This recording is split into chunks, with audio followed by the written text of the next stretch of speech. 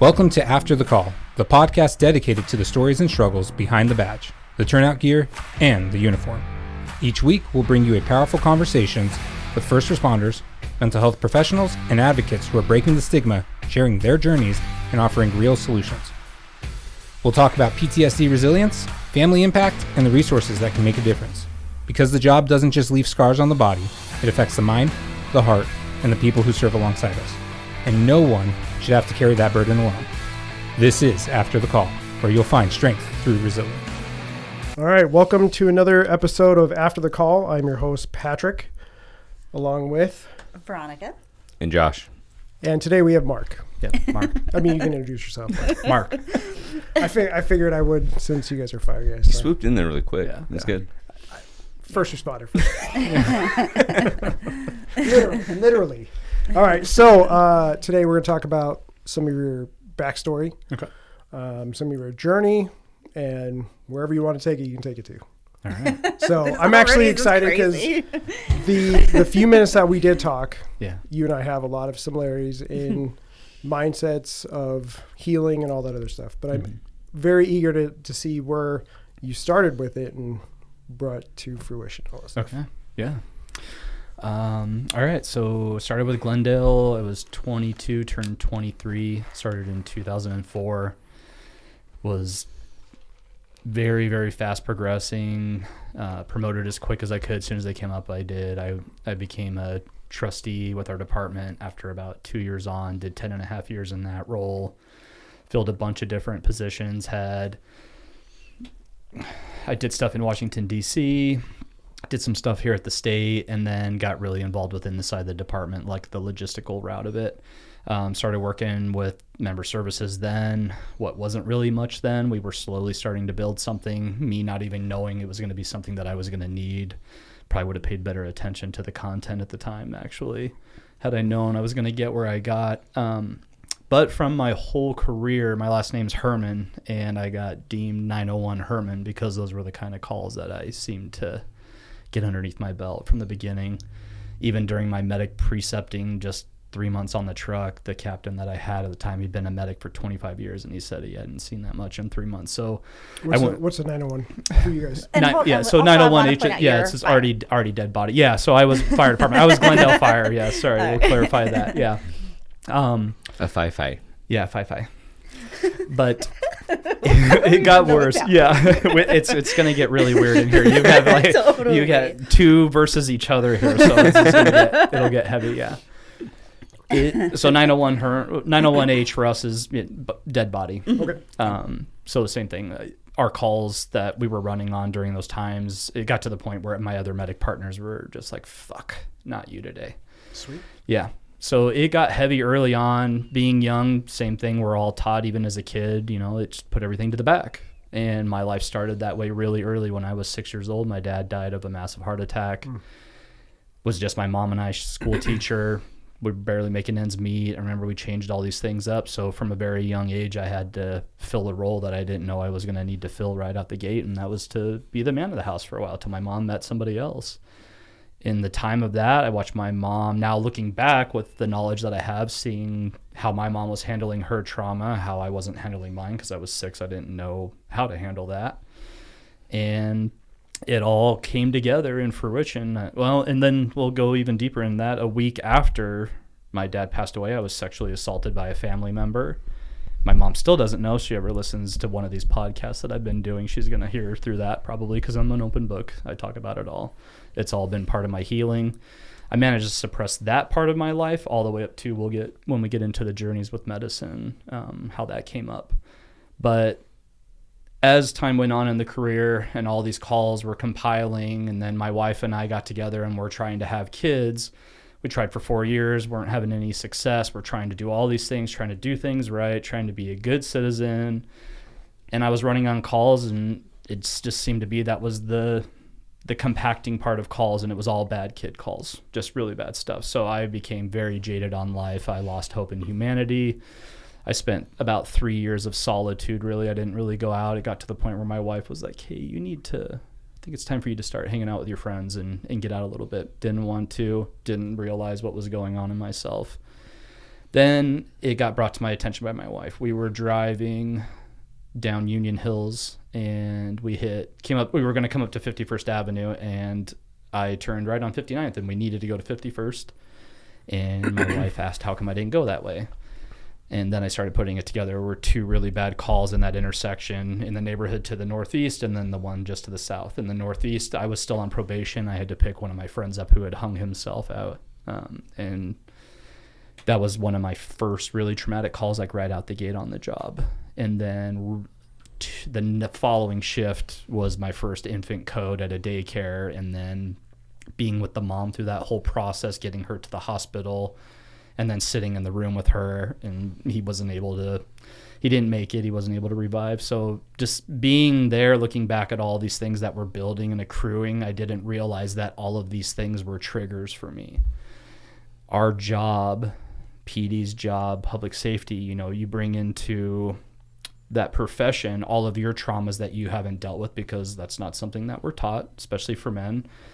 I tell my wife all the time, I was like, I only know 3 emotions before this. I was like, I go, when I'm mad, when I'm hungry, and when I want sex. Like, that's pretty much it. Everything else we're told, just shove it to the back. It'll, you're going to be fine. Everything's going to work out.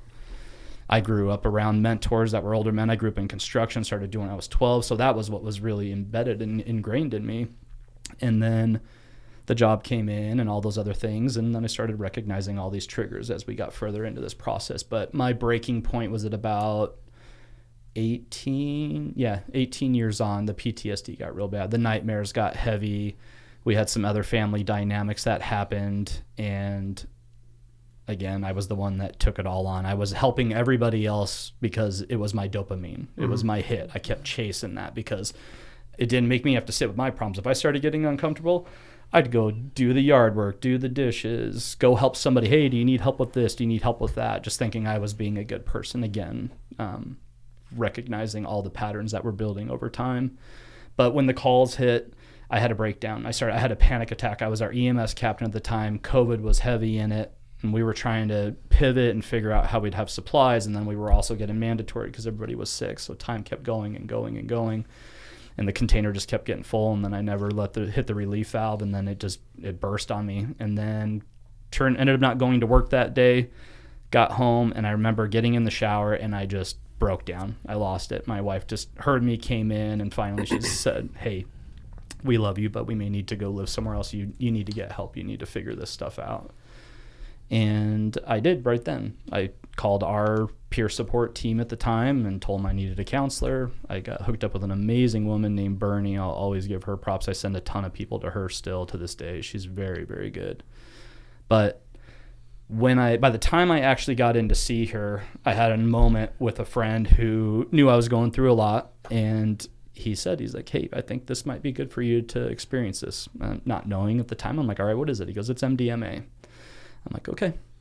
I'm with my wife. We both looked at each other, and she's like, fuck it, let's do it.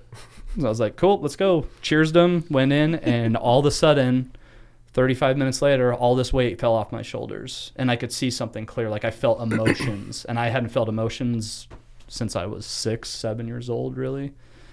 I cried when my kids were born, and I felt that emotion, but all the ones about me, the ones that were just me, I had never felt them like that, in that capacity and feeling love.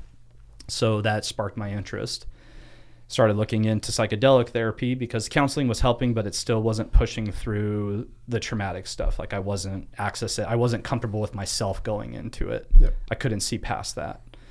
So looked into psilocybin, started figuring out how mushrooms worked in that space and how you would do it, because I had heard some studies about it. So I dove deeper and deeper and deeper and started looking at how many grams you needed, and when you do this many grams, what it's bound to connect you to and what can possibly happen in your life. And I saw the spiritual dose, and most of us in public safety, we think we need the biggest, baddest fucking thing to break us. And I sure as fuck went in with that ego, and I'm like, fuck yes, let's go.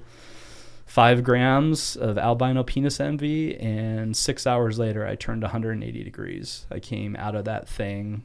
I mean, I could spend hours talking about that journey and what it did for me, but the call that broke the camel's back, that was the big one. I spent time with that victim in that, and I saw the let go. I saw them with what probably was another family member, but I just got this sense of that everything was okay and that I needed to let it go and I needed to be at peace with it. And then it just unvolved and just unrolled. And in the midst of this thing, I died and went deeper into the ground. I just saw brown dirt. And then all of a sudden I felt myself coming up, and then all of a sudden light was on me. And then it just started showing me why everything in my life had laid out the way it did. And it was to get me to this point of connecting with this place that I did not know existed. And we talked a little bit about it when we got in here. Was I had atheist mentality. I would have spent my time arguing with you. We're respectively like where your beliefs are at, but I would have argued the facts of it. And that connection was something that no one can ever take away from me. I can't deny that thing. And with other psychedelics, I've connected to that space multiple times. And I can do it now just in meditation. And I realized that there was a lot more to this. And in the midst of all of that experience, it was really clear to me that I was done with the fire department. It almost was telling me, like, 20 years, you're done. You're going to work in this space. You can see where all the hurt is. This is where you're going to help. You were helping people before. This is where you're going to help. And there was a moment in it when I asked why now, why at 41 why is this in front of my face at this age? And it showed me my whole life. And that was where it played through everything, working out the way that it did in order to get me to where I was at in that moment. And when I came out of that, I just was different. I felt different. Everything was gone. All the things, the doubts, the worry, the bad things. I understood where all the areas I could help myself and improve on myself. It showed me all of those areas. And being an analytical person, I started looking at it and I was like, all right, what are the big heavy hitters that I can go after on this journey right now to expedite my healing so that way I can get in a good place. And it drove me then to ketamine, to a place. I did 3 rounds of ketamine, and on the third one of my journeys showed me ayahuasca. She came through and said, hey, I'm here for you. I'm ready. Come find me. And a week later, it found me. Someone reached out to me, told me about a grant. I put in for it. The lady called me 10 minutes later. We talked for an hour and a half, and a couple months later, I was in the middle of Peru in the jungle doing ayahuasca. And that was about 3 months before I retired. So I went over there and went through a bunch of trauma, bad calls, did a lot of purging, found another part of myself that I hadn't connected with before, and started realizing that the space, the energy is so much bigger than we can understand. And it really brought me to the connected piece that we all have with each other. Yeah. And I'll close. I've thought about this a lot. I'll close with something about all that at the end, but the connectedness just drove me more and more. And the people that I was with, I realized in the moment I was sitting in this group of people that I had never met, and I found that I was mentoring people. And the only reason that I was able to do that was because the job that I had done for 20 years let me see a lot of bad things, but also let me see a lot of good things. I was able to start seeing the good things that can come from a bad situation. Yeah. And it's hard to hear that, and some people will struggle to hear that probably during this, but there's truth with it. As you heal yourself and as you start to find things out about yourself, the love that you have for yourself and the love that you have for this experience that you're in, that you have the opportunity to be in, is a really beautiful thing. It can really, really connect you to a space that you didn't think was possible. This love that you have. Yeah, I don't think people realize. I get when you want to, or the idea of facing the darkness is super scary, right? Yeah.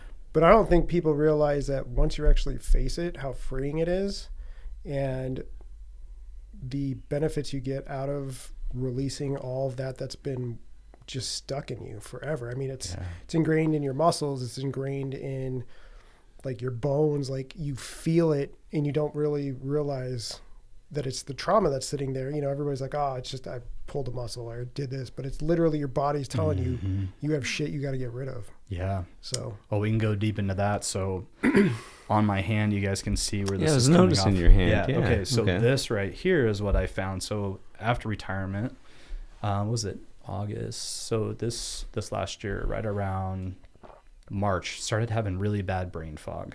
And I was starting to get worried. I'm like, I microdose mushrooms quite a bit. I don't know how I'm like, what's going on here?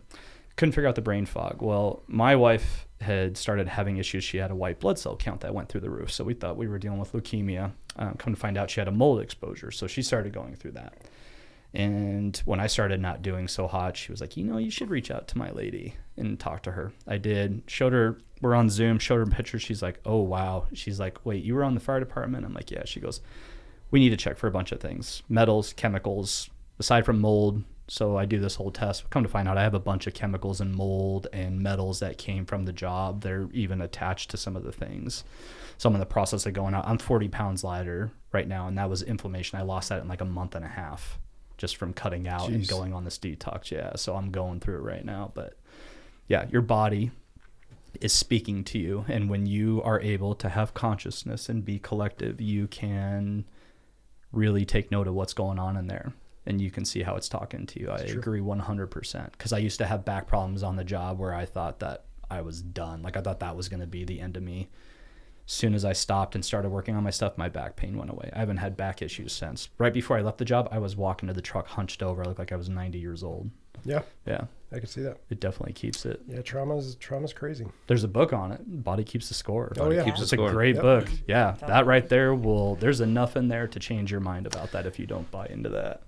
I had the cheesiest example of that. I was at the dentist last time, and he's like taking pictures of my teeth, and he like shows me the dents in my teeth from like all the years of like clenching my jaw in the middle of the night or whatever. I went home and I was like telling my wife, I'm like, I'm one of these archaeological discoveries someday. Like they'll be able to dig my teeth up and be like, this mother effer was anxious as fuck. The body keeps the score, man. It's weird. It is true, very true. Did you want to talk about your crazy call, the breaking point for you? Because I want to say that's very interesting in the sense of like, there's a lot of people that have these breaking points and don't realize maybe it's time to walk.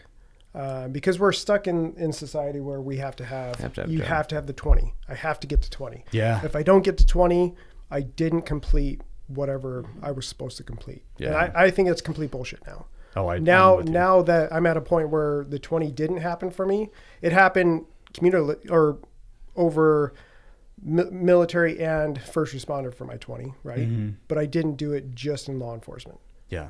So a lot of people were like, well, you didn't fucking really retire. Well, I did. So you did. Eat a dick. But you know what I'm saying? So it's like people get to this point, I have to get to 20. I have to get to 20. Well, we see that a lot with guys who are struggling and they come out struggling and they're 17, 18 years on. They're like, just 2 more years. I just got to make it the next 2 years, right?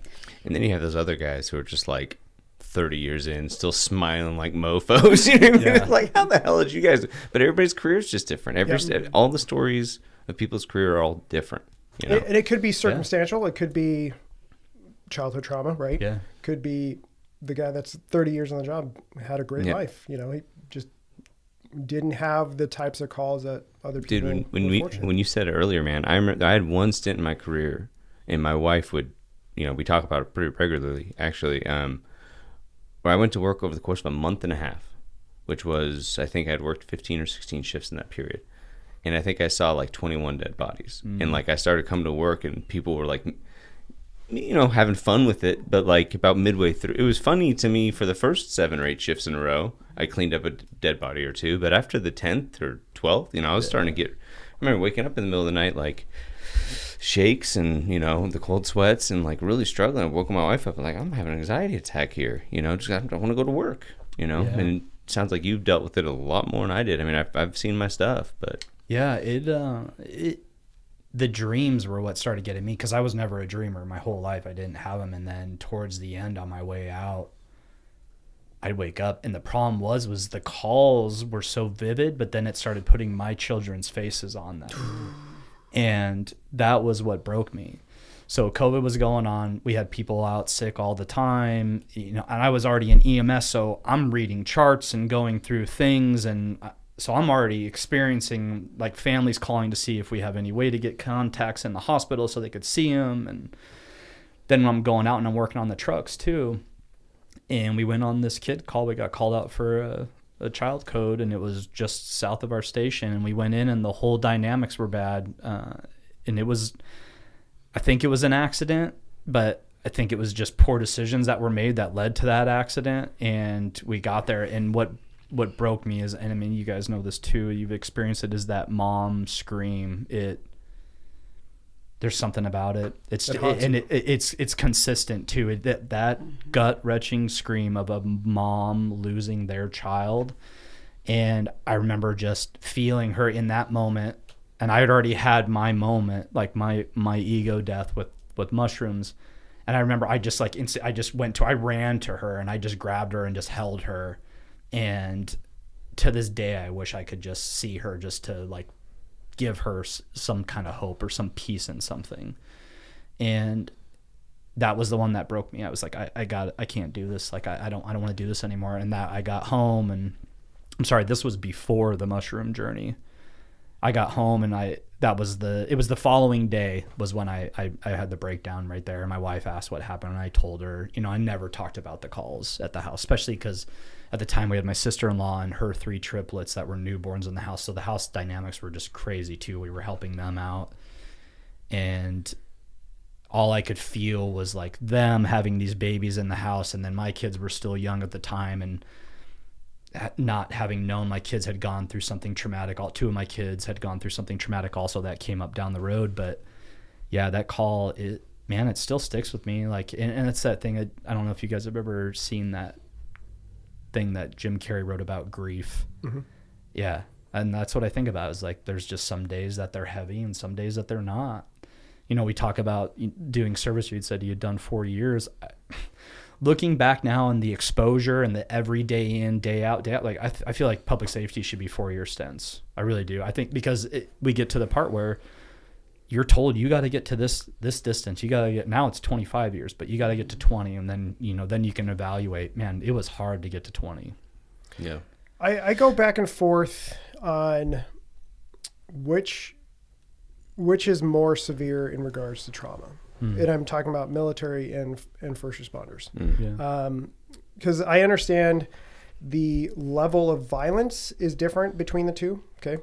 So I want to put that out there. Yeah, absolutely. But there's also a break difference between, like, if you're leaving a base and going, into a hostile environment, you eventually return, right? Mm-hmm. You do what you do, but then you return. And then you have a little bit of downtime before you come back to the States. First responders are dealing with that threat 24/7.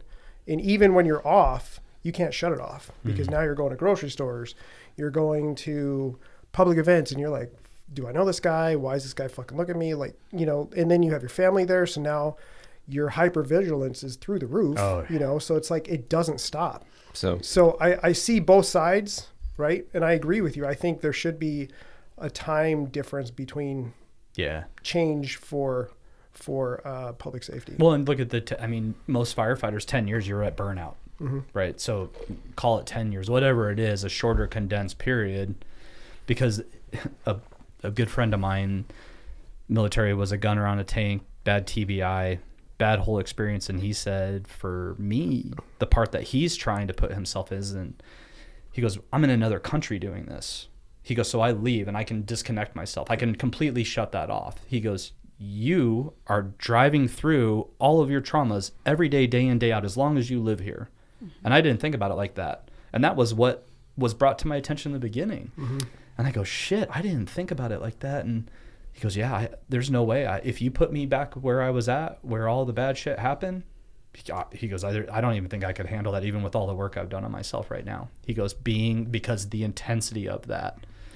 He goes, if I had to see that every day and know, like, driving by a building, that building was leveled from war and all, he goes, I couldn't do that. He goes, so you driving around through the city and then going to the same grocery store where you had to do chest compressions on somebody, goes, no thanks, I'm out. And I was like, fuck that. Well, that's a good point. That I didn't think about it like that. These guys have heard me say it before, but I relate in my mindfulness practice when I teach meditation to first responders. I always relate trauma to radiation. We can't see the exposure, but this is why people who in the military, it will have a single day of just a terrible battle, right? That's like a really dense, concentrated exposure that warps the mind, begins to warp the amygdala, begins to warp the tissues of the brain. And from that moment on, your brain's going to function differently. But then, just like we're talking about first responders, it's these simple radiations that we're exposed to can do just as much harm in the long run, where it's like when you just see that 100th broken family, that's just enough for you. You've just seen it too many times, and it just acts kind of like that same radiation sickness. And one of the things that you mentioned earlier, and I don't know if we had someone on the podcast or where I heard this, but someone put it in the difference in military training and fighting in wars and stuff versus law enforcement is when you go into the military, you're training to fight, you're training to kill, you're training to do that. You go into law enforcement, you're training to save. It's a different dynamic. And when you're forced to kill, right, it's something that seems much heavier because you're not training, you're physically training for it, but you're not mentally training for that moment that that you may have to kill somebody. You're training to save somebody all the time. And I'll even add, being in a foreign country, like the difference between your people and their people, enemy, good guys. Like you can see the difference. And I get obviously tactics change. People obviously would use kids and all this other stuff to affect military. But by and large, you walk out your door. I mean, if your neighbor decides to be a dickhead and get crazy. Yeah. Well, and I think we also see, right, the types of calls we go on, the things that happen. It could be some upstanding citizen, right, who has done the most egregious acts against people. Yep. And nobody ever saw that coming. Yeah. So. It is. No, it is. It's wild when you're not in this fight or flight all the time. And you get on the spot, and now you can look from a little bit higher view and start seeing all the areas where you can have an impact to actually help people create longevity in that space. That's what I'm trying to work on now. When I left, I was freaking out, and I thought I had done a bunch of work on myself by then. And you still have an identity around it because you spend so much time in it, and you have to be in this mindset. You're in this fight or flight. You're in this super vigilant, hyper vigilant space, like to the point where your back never faces a door. Even as a firefighter, like I haven't been in any military combat, but I still wouldn't leave my back to the door because you're aware of what the world is like. We've talked about this. Yeah, I tell them all the time. I tell them when you talk to cops who are struggling mentally, they talk about hypervigilance and not being able to trust the people in the room around them. When you talk to a firefighter, what's causing him to be anxious, everything feels unsafe. Yeah. At any given time, the building could fall down. At any given time, the car accident could happen. You're always worried about the consequence that's not human, but is inhuman, that's coming to destroy everybody. You know what I mean? That's like what it is to be a firefighter. It's crazy how it's separated between the two fields. You learn we learn the exits. Right. I don't know. Right. It's weird. We learn the exits. Yeah. And I'm sure you guys are aware of those too, but it's to find any comfort in it is being able to know your exits. So like myself, my wife, my friends, we go to a lot of EDM festivals. It's the first thing I'm doing because you're in such a large group of people. So I'm looking around, and unfortunately, that's the world we live in. I would say we got maybe a raver. Oh yeah, we got a big raver. Yeah, that's gonna be the next part of the conversation. We gotta bring the psychedelics. Oh yeah, we'll go everywhere. Yeah. I would say, to your point with you guys knowing exits and stuff, I think we probably do things more like cover. Where are we gonna fatal funnels? Yeah. Okay. Yeah, things like the doorway is a fatal funnel. Right. So we're now looking at ways of like avoiding that entry. Yeah, mine is avoiding the entry that everybody's going to go to, and I'm creating my own exits in every building, and I still do it. But where I'm trying to help myself is now I face the door, or I put my back to the door so I can't see what's coming in behind me, just to try to mess with it. Little things I do to try to change, like to reduce my anxiety, desensitize yourself. Yeah, just to take it away. It's a work in progress, but yeah. I dig it. That's wild. I never thought about that. All right, so you had your mushroom journey. Life changing. Then so you left. You retired in what year? Retired 2024. What September. What position were you in as a firefighter? Captain medic. Retired out of Fire Station 152. 69th Avenue and Bethany Home. All right. Yeah, spent most of my time. All the three stations I was at my whole career were 154, 151, and 152. That was where I did all my time. What's the population out in Glendale? What year? So, what decade? well, so people that are like, watching this Yeah. can kind of. Gosh, So the like last one Phoenix has millions, right? Like 6 Yeah. million people. So I don't know. I want to say Glendale, the last I checked was like 360,000, 9 stations running 55,000 plus calls a year. Okay. Yeah. It's big. Yeah. It was brutal. 154 broke me. That took me to a place where it was bad for me. Bad mental space. That was when I had no trust or hope in humanity. So I was just trying to survive. Yeah, that one was a rough one. That one's not for the faint of heart. So would you say the kid calls were? Yeah, the kid calls were your really stuff? bad there. Okay. Yeah, the kid calls went on for about 3 years. I mean, bad stuff, like bad stuff that I don't even want to talk about.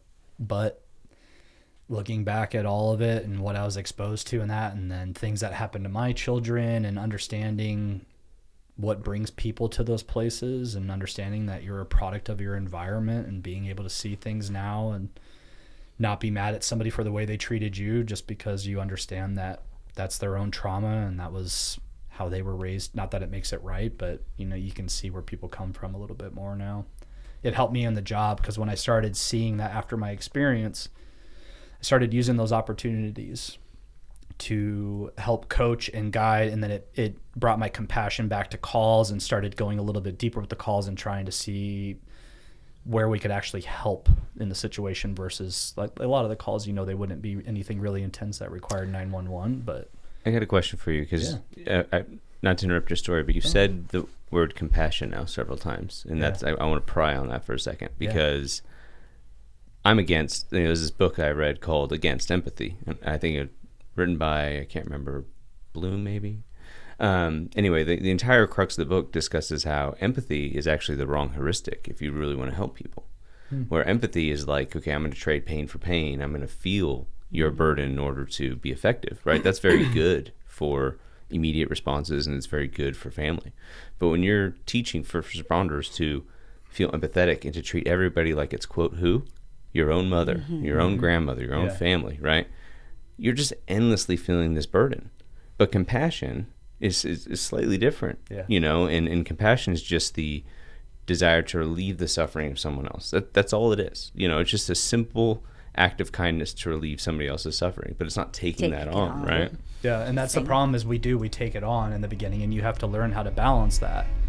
Because when you're taking something on, if you don't know how to move that afterwards, we go back to the body keeps the score, right? You're going to hold it somewhere, and you do, and that's what I was doing, and that was what ayahuasca cleared a lot of that out. I mean, from both orifices, like it cleared you out. And that was the most that one has been the most challenging, like physically wise. But it just shifts. You just, like I said, you can understand, you can see what they may have gone through, so you at least can try to give them something in that moment. To just have to be at a little bit of peace. I tell people, and the ones that I coach and that I work with, you're never going to be happy all the time. That's not realistic. Your job is to find peace in it. Find peace in the good, the bad, and different. Have gratitude for the bad things too, because they're what teach you the lessons. We talk about the shadow work. Victory is won in the dark and celebrated in the light. That's it, plain and simple. If you do that dark, deep work on yourself, and you let yourself go of that, and you let that energy go, and you let all those thoughts and feelings that you have about somebody, and you remove judgment, you remove all the judgment on yourself, but you have to remove it on the exterior. So when you're in that profession and you're driving, and as soon as you get on the fire truck back in the cab, and you're joking about the call because that's what you've been trained to deal with it, no, I started shifting that. And that was what changed for me when I came back to the job after that moment. Like, we ran a call and we came back and everybody at the station was like, all right, sit down. Why are you different? Good. I go, good or bad? And they're like, well, are you on something? I'm like, nope, no happy pills, no nothing right now. And were they aware at the time of your experimentation with? No, they didn't know anything. And it was in that moment when we came back and they said, and I go, okay, all right, it's as big as I thought it was. And I go, all right. So I laid it out. I told them my whole thing. We sat there for like 3 hours, told them about my experience. told him, you know, hey, I was guilty of a lot of this banter at the coffee table and the back and forth between. I was like, we're done. I was like, we're not going to do it anymore. We're going to do our best to change the energy in the room. And we talk about that radiate, right? Like, well, you're exposed to radiation, but you also understand that you have this ability to change energy and you can shift a room. So we started changing that, and we were a dual company station. And the younger ones, we had a lot of people in probation come through, and I taught them, our job is to make sure that we take care of ourselves and you never lose that love for yourself and your family, so that way you can extend it out here. I go, that's why you got into this. Good. And take it from somebody who's fucked this up so bad. Like, we had the nickname the Care Bears in Glendale. And when I was at 154, the station I told you that broke me, they called me the fucking grizzly bear, and I'm not proud of it at all. But it just shows you how bad it got. And I've always been extremely outgoing. I'll talk to a wall and get a conversation back. Like, I that's just who I've been, and I shut completely down. So when you start learning to process that, and then you can teach people that, that's how the younger generation that comes in the fire service now, if we can start teaching stuff like that, and the signs of when things are starting not to work in your favor and you need to start taking care of yourself, that's where we show up. That's how we start teaching them in that space. And then that needs to be taught in the first responder academy, realm, in the academy, day one, and just constantly reviewed over and over. Yeah. Because that's where the downfall is people come out of the academy and they're like, I'm fucking ready to do everything. Yep. Except for take care of myself. Yep. Yeah. So, because you're a servant's heart now. That's it. Yeah. So he brought up shadow work. Do you have any idea what that is? No clue. So we all have these archetypes, right? And each archetype, there's, I don't know how many cards or whatever, but it could be anything from a storyteller to a king and a queen to, a prostitute. They have all these different names, right? Like a deck of cards, and it has light portions of it and shadow portions of it. So it tells you what's like the positive side of it and then what's the negative side of it. Okay. And you have to incorporate both to really understand what's going on with your trauma and how to shift it, change it. And you would know better than me. I'm just starting this whole fucking journey, but it's pretty wild. No, it is. It's great. That's where you let go a lot of stuff, especially your own personal things that you didn't carry from somebody else, but the things that happened to you. So when we think about ourselves as being this container, or I like to say, when we get in our 30s, our 40s, most of the time is when the discomfort comes in our life, right? That's when, but they call it a midlife crisis. It's not, it's your second life. The first one is the life that you build in order to survive in this world that we're in. The second one is when you realize that the truest version of you is trying to come out, and your discomfort is all the signs. It's the body telling you, the anxiety, the depression, all these things are telling, that is you trying to get the fuck out of there.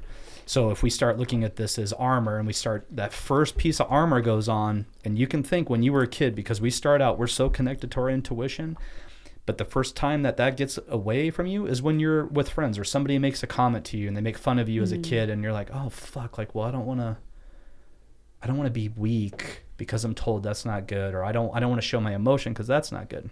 So we throw a layer of armor on, makes us a little bit tougher. And then you do that a couple of times, because when you hit that certain point in your age, it's full throttle from that point on. Now the armor's going on, because now the brain, you've created this thing, and the brain is constantly putting armor up for you. So then that's where the things really start to get stuck in the back, and it just keeps going and going and going. Well, you get to this point where you have your breaking point, such as myself, and then the only way to really heal yourself and to really get light and to really be at peace with things is to start diving into the dark stuff, the things that you have never gone back to see what's in there. And there's prompts, there's all kinds of things you can do to help prep yourself, especially if you're going to go into medicine work with it, but you can do it just day to day. That's where the integration part of it really is the integration is the most important piece out of any medicine journey. It's what you do with it and how you incorporate it into your life in order to heal yourself. And shadow work is the most important one. A lot of people end with shadow work. It seems like they dabble with it because they don't realize they're doing it. But when you really attack shadow work, that's when you start healing a lot of stuff, because you get in there and you let yourself go. You tell yourself, like, thank you for protecting me. It's also, internal family system trauma. It's going back to that moment and saying, like, hey, thank you for protecting me in this moment. And, but I'm good now. I understand, like, that wasn't me that did that. That was somebody else acting out in their own trauma. And I was just the receiver of it. but it doesn't have anything to do with me, and I'm okay. Like, give me this space, you know, because when we mess with medicine, our brain's this massive library. Psychedelics, all they're doing is we look at this big library of books, and psychedelics start going and start taking out the ones that we don't need. But if you don't integrate and you don't do the things, imagine that table sitting right there at the bottom of the library, and we just start stacking them on top of that. Well, if we don't create a new habit and we start filling that with something good, or at least letting ourselves go from that, we just, that book's right there. We don't like voids, so we just grab that and we put that fucker back. We put it back in the next one. So then we're only getting one thing, right? We're getting one little thing that we fix in there when we could have fixed a bunch of things because we cleared that space for something new. So when we look at it like that and we go into the shadow work and we pull all of those things out of there, that's the best time to start stepping into what you want to do, because now you have this freedom. You feel this lightness, and that's where the lightness comes. That's like ketamine. It shows a bunch of lightness because it removes a bunch of things that you don't see. Mm-hmm. You don't know. It may not even come up in your vision at all, but it's taking stuff off. It's making space in your body for something new. It's just what you do with it. And that's why you'll hear like people in group say after they've done ketamine and done the journeys properly, that they have more capacity, space in there, more capacity and stuff. But you're literally freeing up shit that you don't want anymore. Yeah. Interesting. And your body's going to tell you exactly what you want. Yeah. Like, it's weird. It's weird, yeah. Really pay attention to your dreams. Like, if you have a funky dream, put it into like ChatGPT. We did this last time. Yeah. And I still have all the crazy ones. My chat feed's great with this stuff. Yeah. I'll send you guys one for shadow work. It has a bunch of question prompts in there. So if there's something that you might be like, oh, whoa, I didn't think about that area. So you can dive into that. Yeah, I got all the prompts for like the 8 houses or whatever that you're supposed to do. Yep. It's funky. It's cool though. It is cool. Yeah, so you do that work and then have him dial you in on meditation, because in meditation's where you can really figure out what your body's saying to you. So how familiar are you with the philosopher Sam Harris? Sam Harris, a little bit, yeah. Okay, so one of my favorite analogies to the difference between psychedelics and meditation that he's made is psychedelics is like strapping yourself to a rocket. It's gonna go somewhere. Yeah. But you just have very little control of where that's gonna go. Whereas meditation is like raising a sail on water. You're very deliberate. It's gonna go the direction you want to go. You're not gonna detour very well so long as you know how to operate a sail. But it's slow and deliberate, right? And I've always appreciated that analogy, because in my experience, we talked about it earlier, I was just self-dosing mushrooms. The first time I did it, I really just saw my mind open up in a different way for the first time ever. And like, I just couldn't, there are a couple recordings of me on my wife's phone and me just talking about like, okay, here I am, and there seems to be new things happening. I'm just like studying my own mind, My friend's over here just like losing his mind over my wife's ring because of how sparkly it is. But I'm like just studying like this experience I'm having. And I just couldn't get enough of that. Get enough of that. And when I started doing psychedelics, it just seemed like I'd have a lot of great experiences, but then I'd have some terrible psychedelic experiences. But I almost learned more in the bad ones than I did in the good ones. Yeah. I was like, I would come out of this experience of mushrooms or LSD or whatever I was doing, and I'd just be so relieved I didn't have the mind of a psychopath. That could be my day to day, Mm-hmm. Thank goodness it's not. I'm not one of these maroon wearing scrubs people in a hospital, because it's got to be something like that. So yeah, no, it is.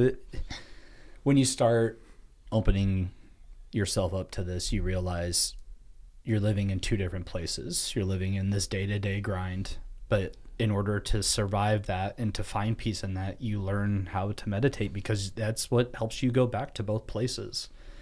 You can switch back and forth. You can be like, I know this place inside of me where everything is moving the way that I want it, and it's what I think is what I believe, and what I believe is what I see. So if you shift that, if you remember that, that's probably the most important thing out of all of this, is like, this is how intelligent the mind is. If you are stuck in this place of the day where you're driving and you get a flat tire and you get out and you're mother effing it and you're mad about it, you get to work late and then you're complaining about the universe is just going, oh yeah, you like this shit. Let me stack this on. So when they say it rains, it pours, it's because it's your thought. It's all you can see. But if that happens, you get the flat tire, you look at it and you laugh and you go, I wonder how my day's going to turn out. Who am I going to meet today now because I'm late because of this? So this was in my cards. So now I changed the way I think about it. So now I'm believing that my day is going to be even better because I'm probably going to meet somebody or something crazy in my life is going to happen today. Sure as fuck it does, because I'm thinking about it. So now I believe it. I've just told myself now when bad things happen, everything works out. There's so many times that everyone here sitting around this table has been, I'm so fucked. Like, how am I going to get out of this situation? And here we are. Everything will be okay if you want it to be okay, but it'll be shit if you want it to be shit. That's the reality of it. But people have random moments like that in their life, and we actually touch base with what you're saying there sometimes, It's those days people are having where you'll hear someone say, you should go buy a lottery ticket, or you should go to Vegas, right? Because for whatever reason, you've just won 3 times today in a row, and it's just like sometimes, kind of like billiard balls on the table. Sometimes you just strike the right note, but when you're really dialed in with your own experience and your own emotions, and you can tame the bad ones, and you can focus on what's in every moment worth taking on and being part of, and what's not worth it, right? So many of us will find reasons to be offended, and we'll put our energy into reminding ourselves all the reasons why we should be offended. Yeah. Well, of course you're going to find more offense. Of course you're going to ingrain that, right? Yeah. So there are ways to be more connected to your moment-to-moment experience where you aren't creating this illusion for yourself that everything is against you, right? Yeah. In fact, nothing is for you on some level. I'm on the side of like, you can get me going on philosophy, and I'll tell you, like, I don't believe in free will. I think everything's more or less an accident, and it's us who tries to imbue the universe with any sort of real meaning. And that's okay. That's a totally okay game to play. It's worthwhile. But on some level, everything's just happening, and we're just responding to that signal. Yeah. Well, I think that if you are good enough at collecting your thoughts and keeping yourself in a space, you're a creator, right? Like, we are all creators. We have creation. If you guys have family, you're a creator. You've created something. You're an extension of a creation, right? So when you're in tune with that and you understand that and you can stay connected to that, shit falls at your feet. And there are things throughout the day that are pulling you in the direction that you are meant to go. But you get so hyper-focused because you've trained your brain to see only the bad things. So that's why when we think life, all we focus on is the bad shit going on in our life for most people. It's easier that way. It is, but in your train there, it's like my wife, like, I even getting her out of the rut. She used to have to do it to me, and I didn't realize she was doing it. But when she gets in it, and I go, you're focused on the worst thing. I go, look at this one thing. I go, take your problem and put it right in front of this tree. I was like, now stop thinking about that and look at the details of the tree and all the things that are going on. There are millions of beautiful, amazing fucking things that we can't understand on a level still to this day. And I was like, and you're focused on this. And she's like, you're right. And I was like, we have an opportunity to experience something. When you slow yourself down, man, you're just clicking, you're vibrating, everything's coming your way. It can stay like that. Mm-hmm. You just train yourself. You learn how to be there more and more and more. Like, that's what I do every day now with people, is teach them that all the way out, and it just extends, and then you build a community around that. You keep going with it, because it's contagious as shit. If you have the right energy, it's contagious. You can change it in anybody. It's the same thing. Or you teach someone how to meditate and really connect in that space, your day's so much smoother, right? Mm-hmm. Do you do yours most in the morning? No, so I will practice meditation usually right after the gym. Okay. But I'm at the point now to where, like, even when I'm talking to you, I'm just constantly, like, the moment I get a thought that's interrupting my generosity toward what you're saying, I try to notice it and pass it through. So it's like I'm almost just continually trying to... Yeah. Because, and that's where I would disagree with you earlier, is like, I don't even control my next thought. Like, I don't even know what I'm going to think next, right? And if I pay close enough attention, I can't even tell you what words are going to come out of my mouth next to finish the sentence or this thought that I'm giving. Like, I do not know how this point I'm trying to make is going to connect on some level if you pay attention, right? Exactly. Everything's just happening, and we're always just responding to whatever else is going on, and there's never really a moment where I feel like I'm in control of any vehicle. Okay. Does that make sense if I pay close enough attention? Yeah. Have you ever done a vision board? I've never done a vision board. Do a vision board, and then we'll talk in a year, and you tell me what you haven't created off of that vision board. Okay. Because if you do, realistically, you put something on a vision board, I bet you will have accomplished all of them, like most of them, if not all of them. But I would just say that's I would just say that is just a hack almost. Right, to get you to pay, like. But if you see it, right? If you see it, your life, without realizing it, if you just put it somewhere where you pass it at least once a day and you see it, your life will steer that way without you knowing it. Again, not knowing what You're creating comment the or word. intention. But yeah, I would agree with all that, but nobody ever talks about the car accident that they got in that derails their plan, right? Like that on some level, we're all responding to good moments and bad moments of luck. You know what I mean? But Like, based on what Mark's saying, Mhm. that car accident happened for a reason. yeah. okay. So there was some, I'm not going to say divine intervention, but there was something that created that stop of whatever you were doing to create time for you to go in a new direction. See, that's in my opinion, that's far too. I'm important in the universe. You know what I mean? That's far too. You know, I'm some sort of locus of importance. But you are. I guess that's where I would just say You're we, here we, for a we could be reason. important to ourselves. We can be important to ourselves. We can be important, but like on some basic level, when it comes to the physics of the universe and what's going on, this is where like my atheism will come in, right? Yeah, your atheism like, will come in, but then we can go down quantum physics too, and then we can just quantum physics is fascinating. we can disrupt the fuck out of that. Yeah, We're just that's what I mean. We can go. Yeah, Firefighters. we'll bring this shit back in. Yeah, Yeah, we'll I bring mean, this back. We don't have time. we'll do this till 4 in the morning But we're gonna, between calls. But yeah, we're gonna exchange numbers so we can text, and I'll be like, "Hey, how's this going today?" Like, Fair enough. No, I get what you're saying, but I think you're discrediting your worth. yeah. So what if I I- the understanding that you were created on purpose for a purpose? Okay. Your dad didn't pull out for a reason. Listen, I showed you the picture of my mom. You can Is let it- it go. I was like, "Is this the hot mom plug right now? Is that what this is? The hot mom plug?" All right, wanted this to is get? where I bring it in. No, but okay, okay.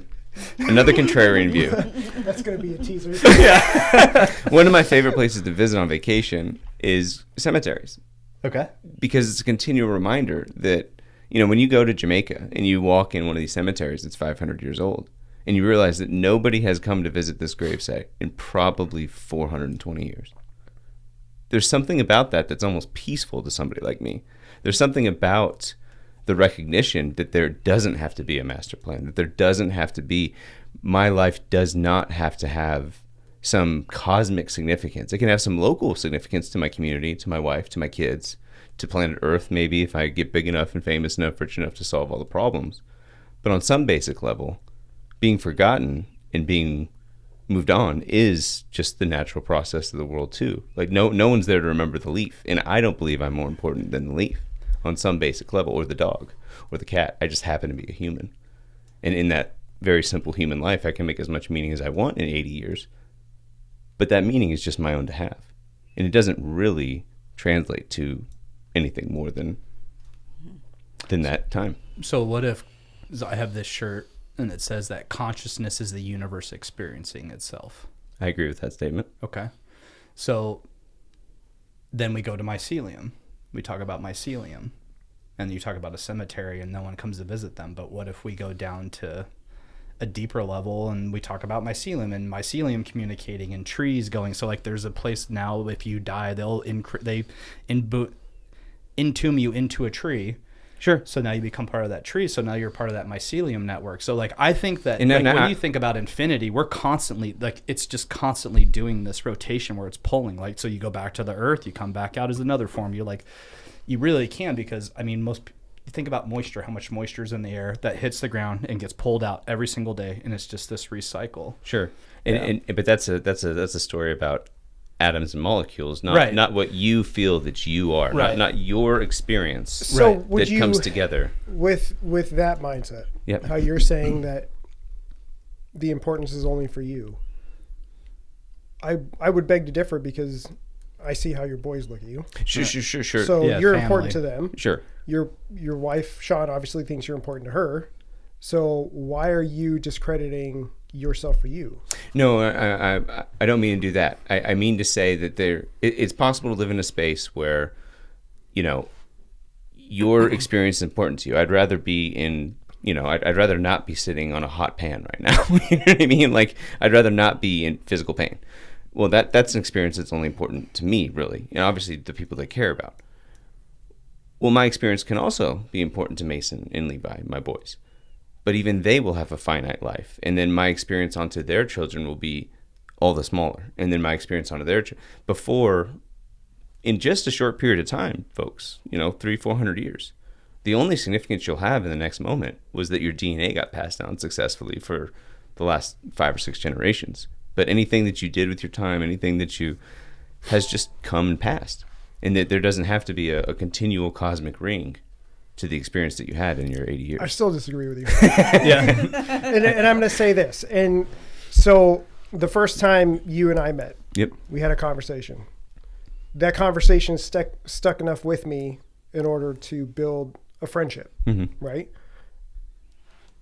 If you didn't instill something in the universe to get me to fall in love with you, then how is your purpose still not greater? Because that passed on to me, which then passed on to other people because it brought you into our circle, right? And it just keeps building these different layers and spider webs and whatever. So even though you're thinking like this, it's actually this.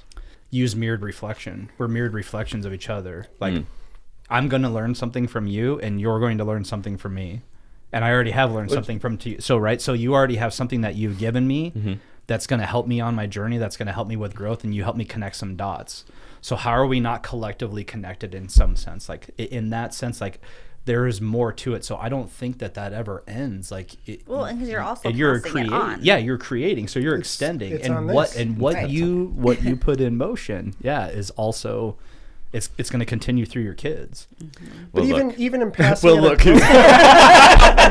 even in passing, like let's say at your kids' school, right? Just by a kind word to somebody or a kind gesture, that passes on, which is now ingrained in that person. And they could have been having a bad fucking day, and they're like, "Baby T-Rex arms made me feel good." You know what I'm saying? Yeah. You know what I'm saying? So it's like these little things do get passed on, and we may never know where it extends to. Yeah. Correct. Okay. So, like, I love that part, right? On some level, the meteor hitting the Earth that killed all the dinosaurs is still having its impact, right? Yeah, and you could 46 million see years it's later. 46 million years later.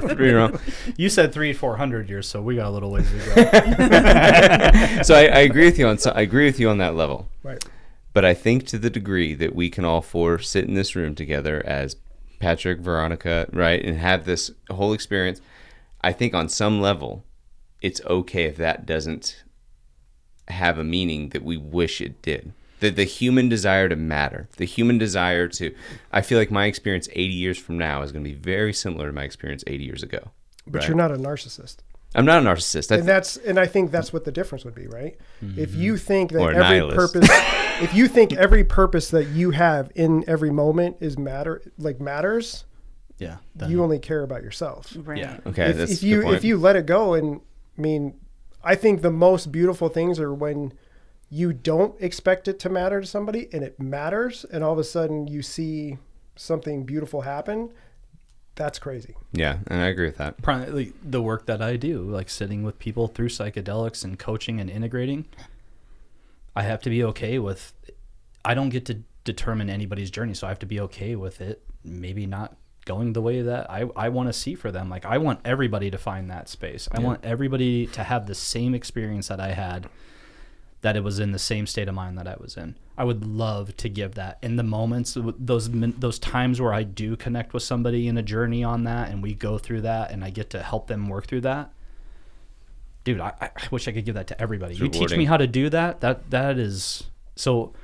Before, I used to have that. I mean, this all that I wanted to. That was the part I left off. Like, I was ready to kill myself. I had it all figured out, and it changed everything for me. If you give somebody that experience, they're going to find their purpose where they feel that everything that they do while they are here matters. So that's where I would challenge that, is like, I could take you to a place with psychedelics where you would be like, holy shit, my purpose is way bigger than I ever gave myself credit for, because it's already happening. You're already doing it. Like, you don't understand the extent of you teaching somebody to meditate. You took that on for yourself. Mm-hmm.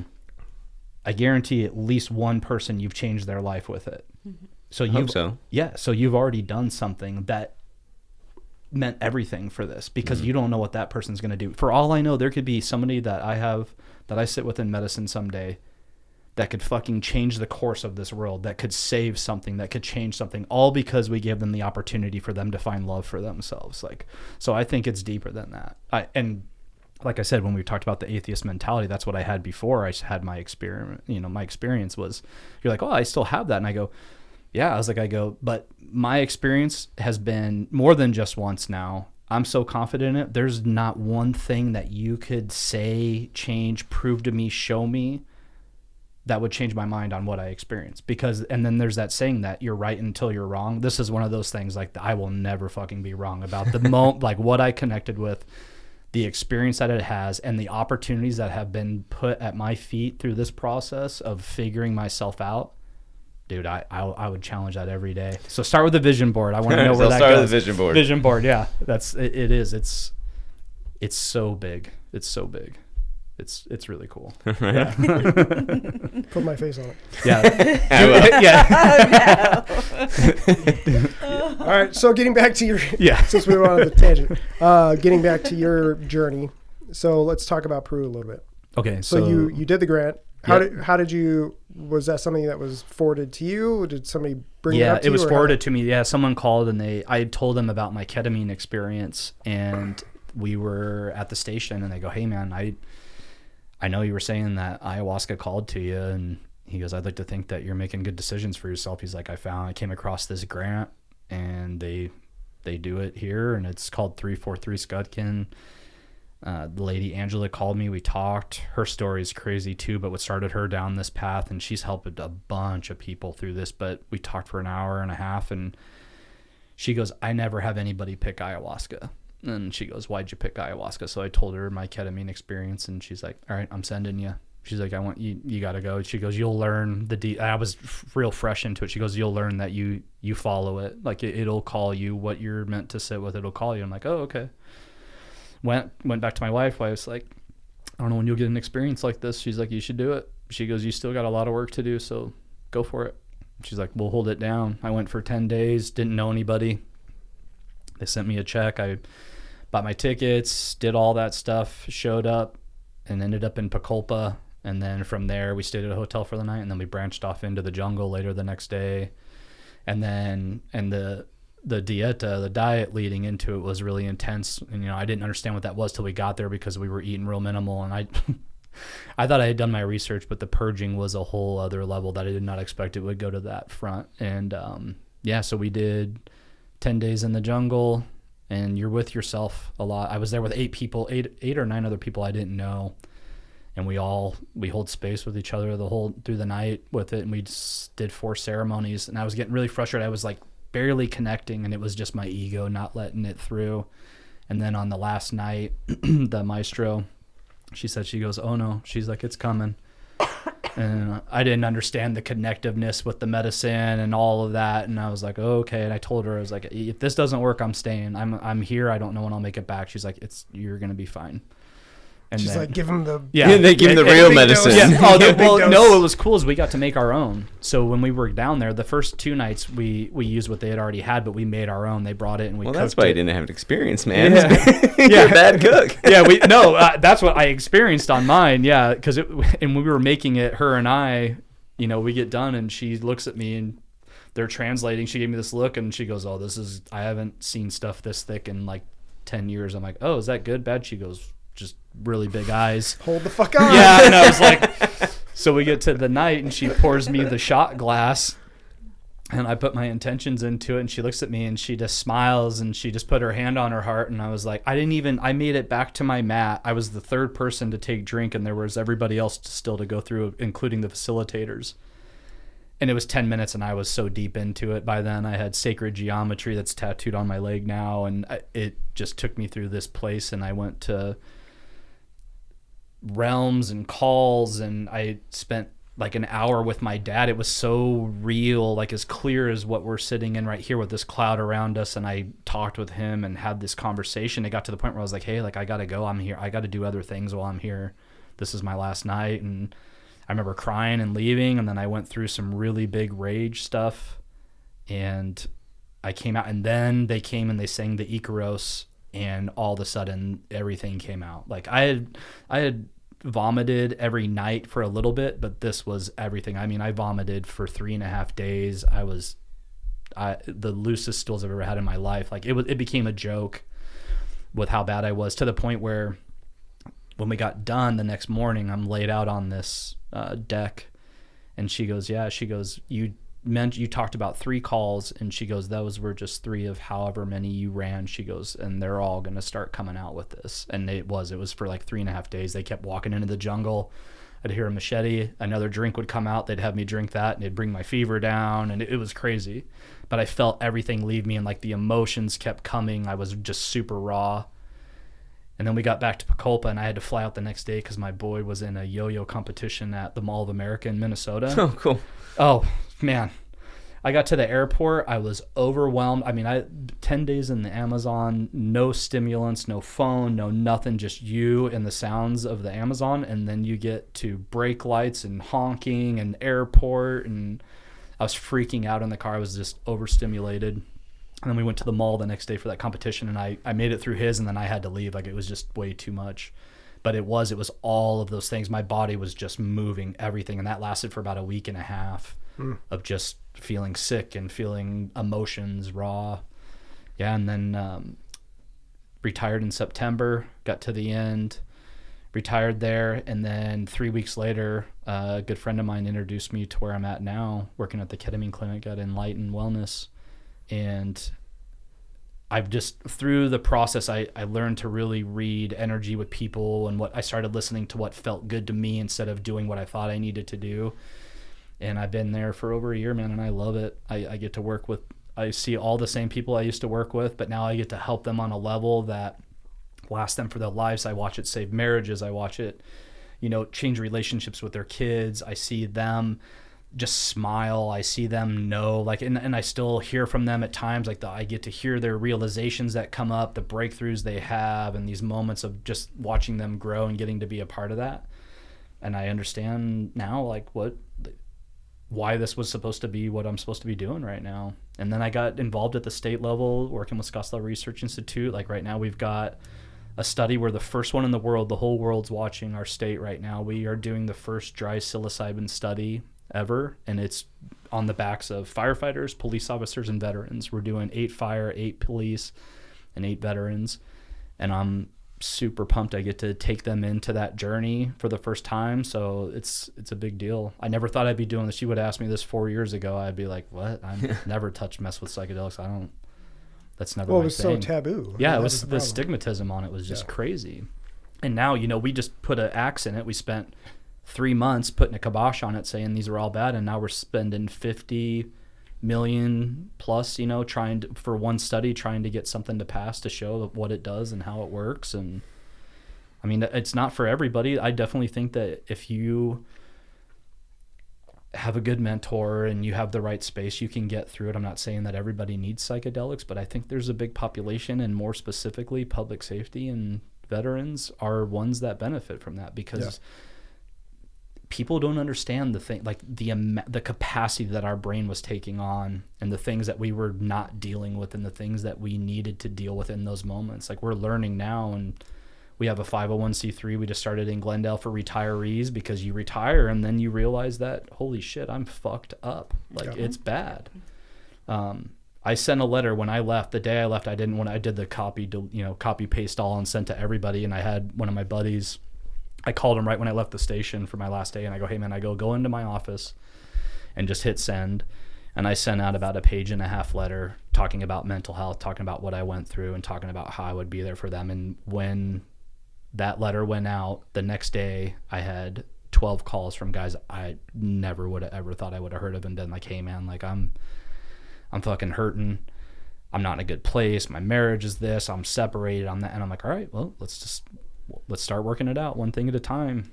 And here we are. We're going deeper and further. I've got some other things going on that are hopefully building here. On the way here, I talked to a guy that's got some really cool stuff where they're going to start measuring the emotions that you're in a psychedelic state based on your heart rate and some brain scans, so that way they can help with the integration. Like, asked if I would be a part of that. Like, it's such a expansive place that's just getting bigger and bigger. So I'm really excited to see where it goes from here. I mean, you guys are all been witness of it. You've experienced it yourself, that it opens up something for you to help you heal.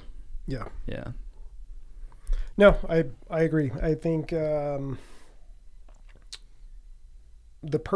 setting the right intention when you do it is very important. Yeah.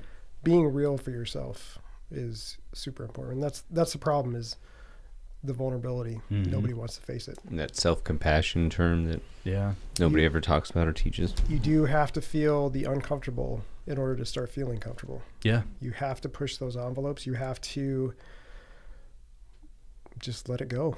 Yeah. I mean, You do. I fought it forever. Like the first few times I did ketamine, first time fucking scared the shit out of me. I told these cool cats. I was sitting in a chair. My wife is in the corner and she's crawling up the fucking wall.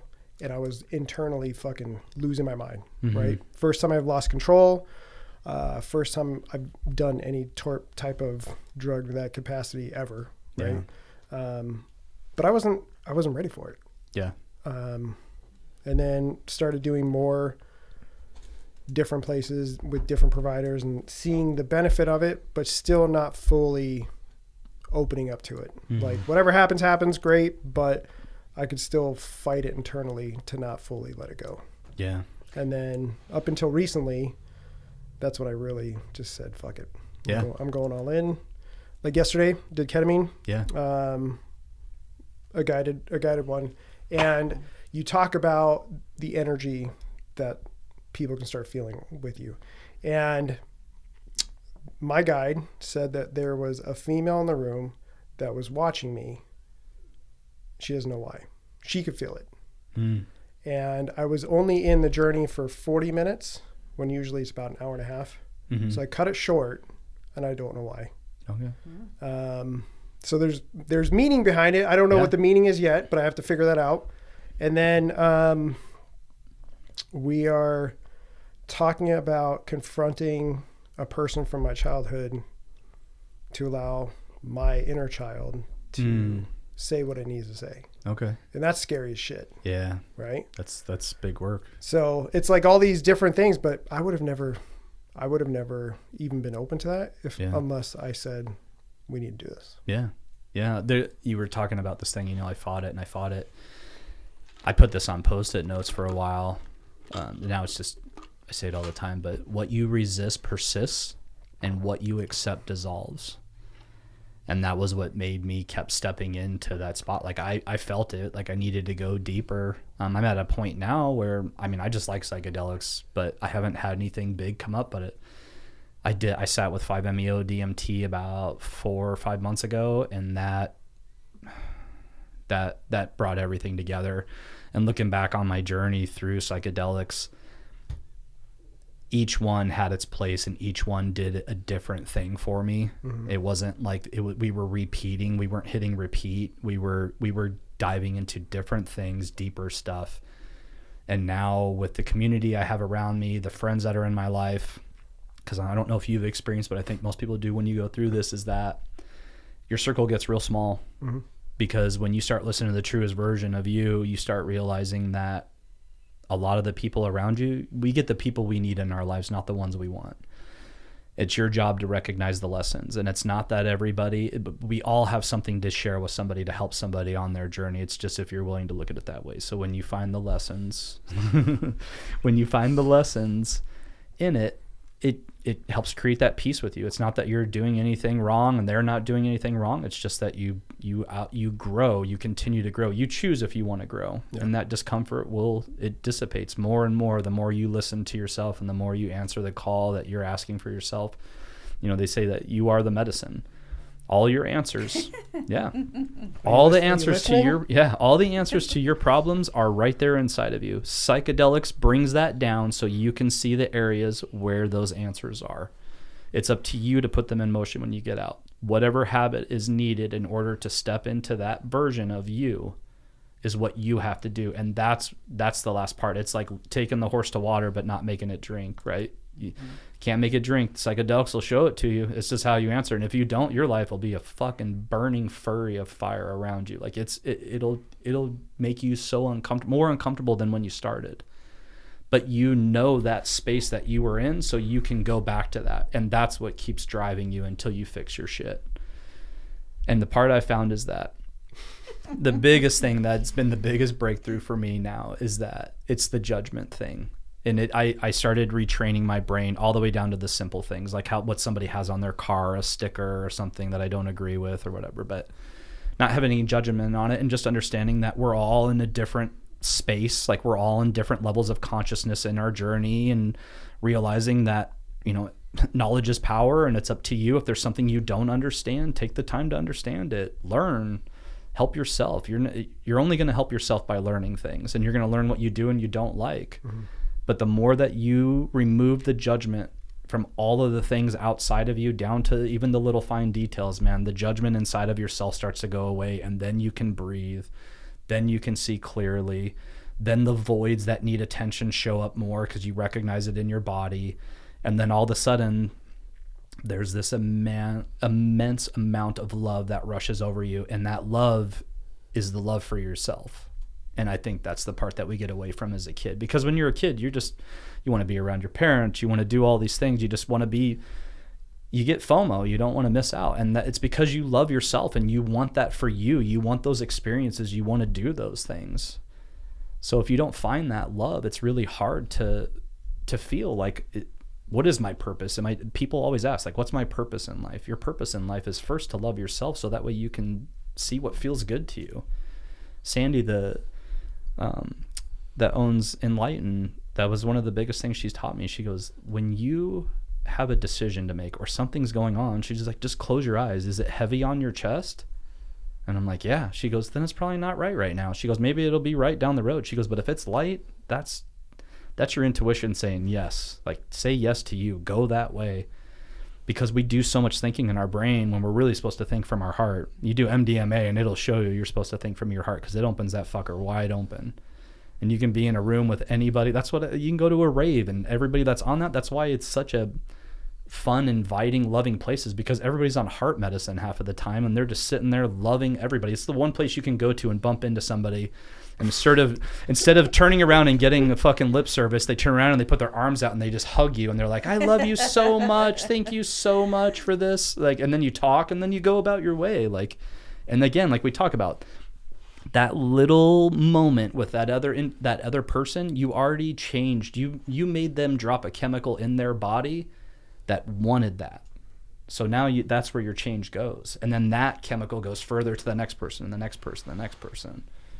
It's super powerful stuff, man. I dig it. Yeah.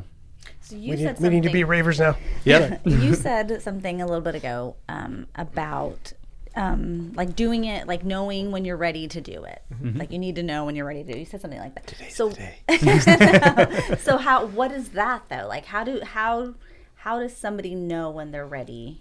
So I look at it in a multitude of different ways, right? We go through our career, right? When did you know it was time to walk away? Well, I had to. Like my things for me happened a little differently. No, but you say you had to, but intention was made for you, right? Whatever reason that was, something caused this to start being your end for your career. Right? That last call that we go on, and you're like, that's it, I'm done, right? Mm-hmm. Something sparks in you that says, I need to now do something different. When you're ready to not be in a shitty position and be like, I want to be better for myself. Gotcha. I want to be better for my family, my friends, my core group of people. Because like you said, just like you know, as soon as we left the job, the people that we fucking thought were going to be there for us, they're not there for us anymore, right? The people that actually show up are the ones that you may not have been thinking about. Mm-hmm. And then all of a sudden they were really your true core people. Mm. So at some point you're going to be like, I want to be better for Veronica. I want to be better for Dennis. I want to be better for my kids. Even though your kids may not be living with you anymore, mm-hmm. right? You still want to be a good mom, grandmother, great-grandmother. Like all these things are going to start laying out for you. So what is that point for you? I was going to say something much simpler. I was going to say kind of the same way, when you're first ready to have sex. And he's like, I guess I'm ready now. Well, But before then. Not everybody's got that thermometer that pops up and you're just like, The turkey thermometer. Today's the day. so, but you know what I'm saying? It's like there's that realization where you're just like, I don't fucking feel it anymore. I need something different. So as far as like people listening, and because I think there's still a lot of resistance, especially for people on the job.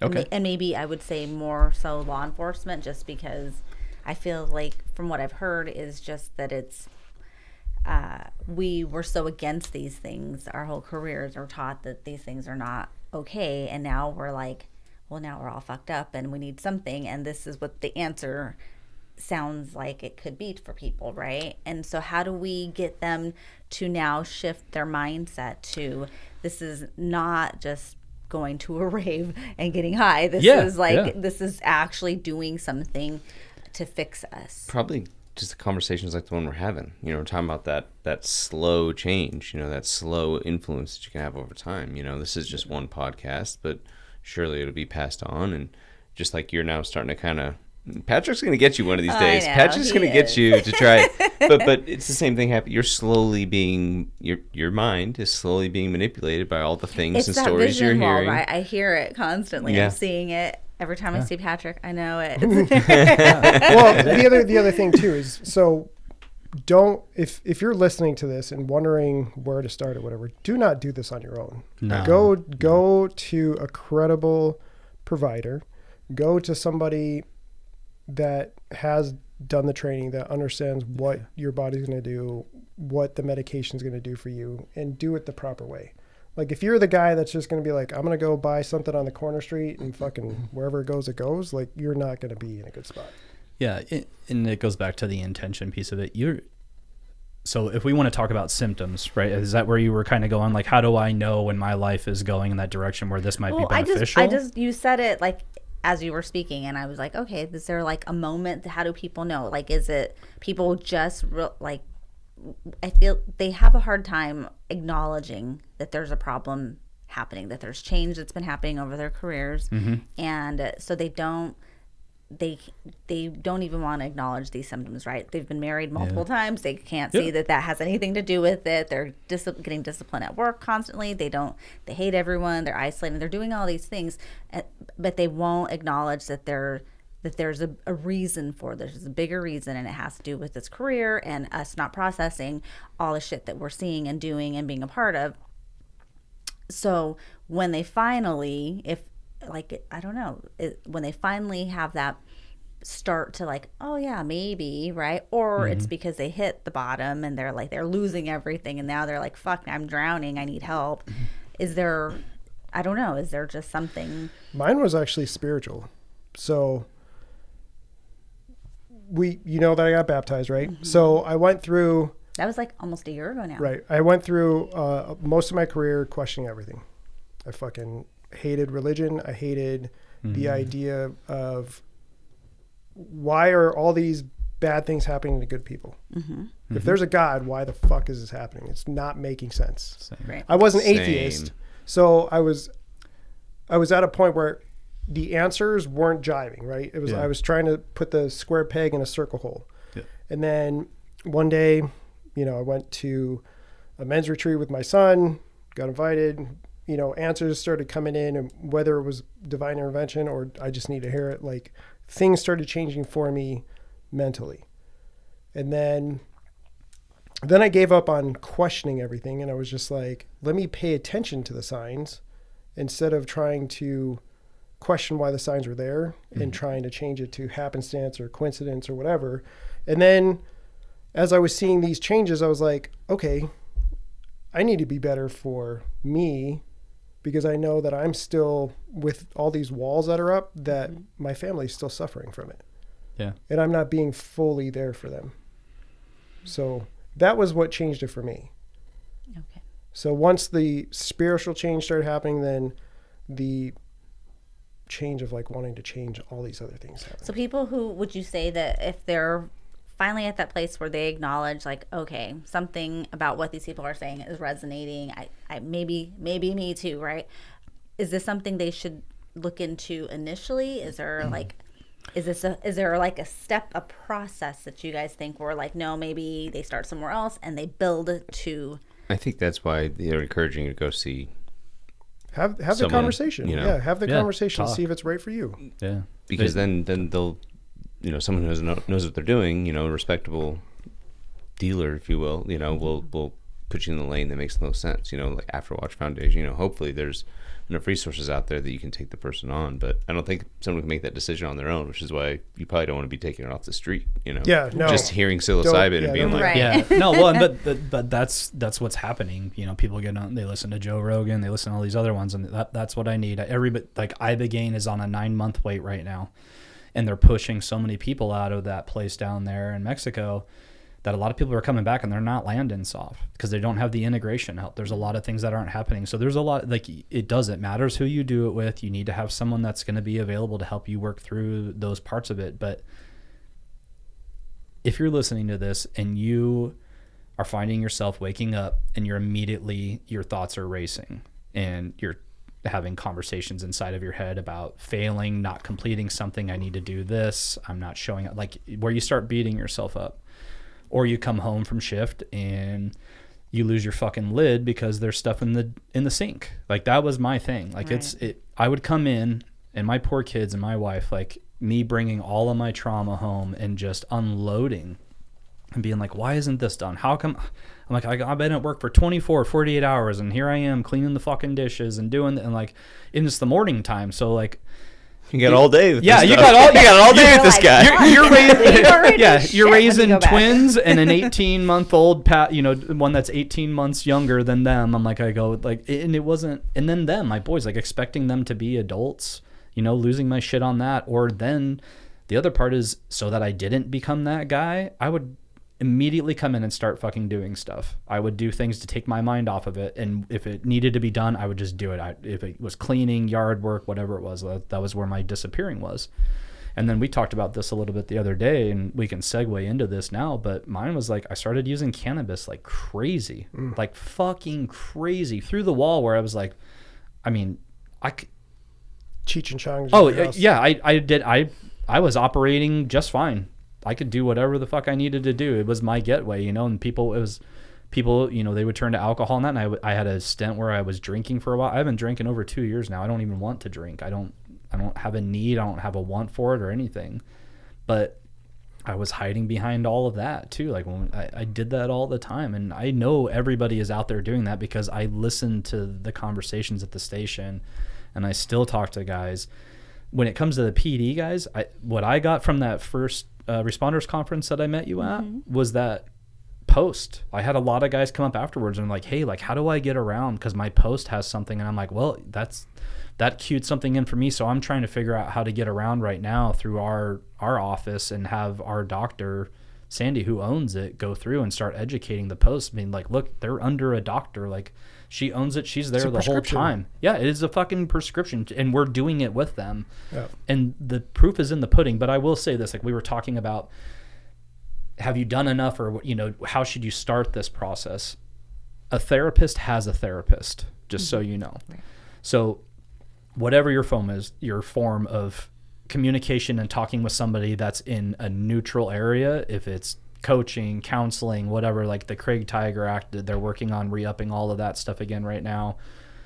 Start somewhere, at least do that. I can tell you that a lot of therapists, when it comes to ketamine and psychedelics, they're not up to speed on it. So, I mean, I don't necessarily agree with all of them, because I also think that what we're exposed to is more intense than what they've ever done. And a lot of them haven't experienced psychedelics themselves, let alone ketamine, to sit there and give a fair shake at it. But most of the time it changes the name for them. Like they come through, someone will come through anyways against their judgment. And then next thing you know, they're calling the office and they're asking how in the hell we got them to step through something they've been trying to get them to step through for the last 2 fucking years. And I'm like, well, it's, again, don't be so closed-minded. Knowledge is power. Do the work, do some education. My therapist in the beginning, she's like, look, I'm aware of it. I know that there's, it's helped and all that stuff. I was with her for 7 months, and then I had my psilocybin journey, and I saw her 3 days later, and she just looked at me and she goes, "Who the fuck are you?" And I go, "What?" She's like, she was like in tears. She goes, "This is the most beautiful thing I've ever seen." She goes, the things that you're going on in your life, the things that you're having to deal with, and how you're doing all of these things right now. She goes, I didn't know if we'd ever get there. And as soon as I had that moment with her, then I started sending her information. She started studying. She started learning about it. Now she recommends people to ketamine, to do that stuff. She's like, it's crazy. She goes, it helps my profession so much because I get somewhere with someone, and she goes, I get to see them heal. I get to see them learn tools for themselves in life, right? Because you never stop climbing the mountain. Mm-hmm. It's just sometimes you hit the dips, but when you start working on yourself, you learn how to get out of the dips quicker and faster. It's great. Anybody that is in that space and they're struggling right now, like, what do you got to lose? One of the things, your life, your marriage. Yeah, exactly. Yeah. Well, one of the things the girls from Guided Journey had mentioned was that for them, it's getting people, getting officers, whatever, first responders through it, and being done with them. How, in your guys' opinion, is this something you're going to be doing like forever? Like how often? That's my question to you too, actually. Because I feel like we're still doing, and we continue and things. I love that you asked that question. I just got asked this question at the office the other day. Yeah. And I told him, I was like, I think we were talking briefly out here, is that I'm at a point where I don't need it to do it, but I like psychedelics. I like the connectedness. I don't go in as heavy as I ever used to. But if something comes to me and I feel like I really listen to myself now. So I normally know, and I'll wait for cues. Like I wait for things to show up and be like, oh, you need to go this route. But I haven't had any need to do any heavy work with it at all lately. So there's a difference between maintenance and the hard work of the journey, right? That you should only have to do once or twice. Yeah. Like, depending on the journey, right? You may have to do it 4 times, 6 times, depending on whatever. But the maintenance that he's talking about, that could happen, but you're not doing it at that 4 to 6 episode journey. Because those big ones, they're hard. There's a lot to process. So normally when you sit with a big medicine, like my first psilocybin, it was 3 years before I went back for a dose that was heavy, and there was something that needed to happen in that. But there's no reason for me to ever go up that high again. The last journey that I did with it was 7 grams, and it was like, when I got done with it, it was like, you don't need to come here anymore. I was like, all right. And I'm totally at peace with it. It was clear as day in the journey too. I think the first couple times you do like psychedelic, you know what I mean? Especially if you're ready, again, in professional setting for sure. It can happen on the street too, but it's much more chaotic, But I think the first couple trips that you do, experiences you have, can unweave 85% of your bullshit, right? Mm-hmm. It's like cutting out the tumor in cancer, but you still got to do the radiation. Like if you want it gone, right? You got to do your checkups. To the criticism point, I think there is a form of attachment that can also come to the substances, because you know that is the well in which made you feel safe and connected for the first time. Yeah. And it can also become another crutch, if you will, within your own journey. I think there's space to talk about that too, and that's kind of one of my criticisms about therapy in general is, modern day, talk therapy puts all the power in the, in the individual's experience.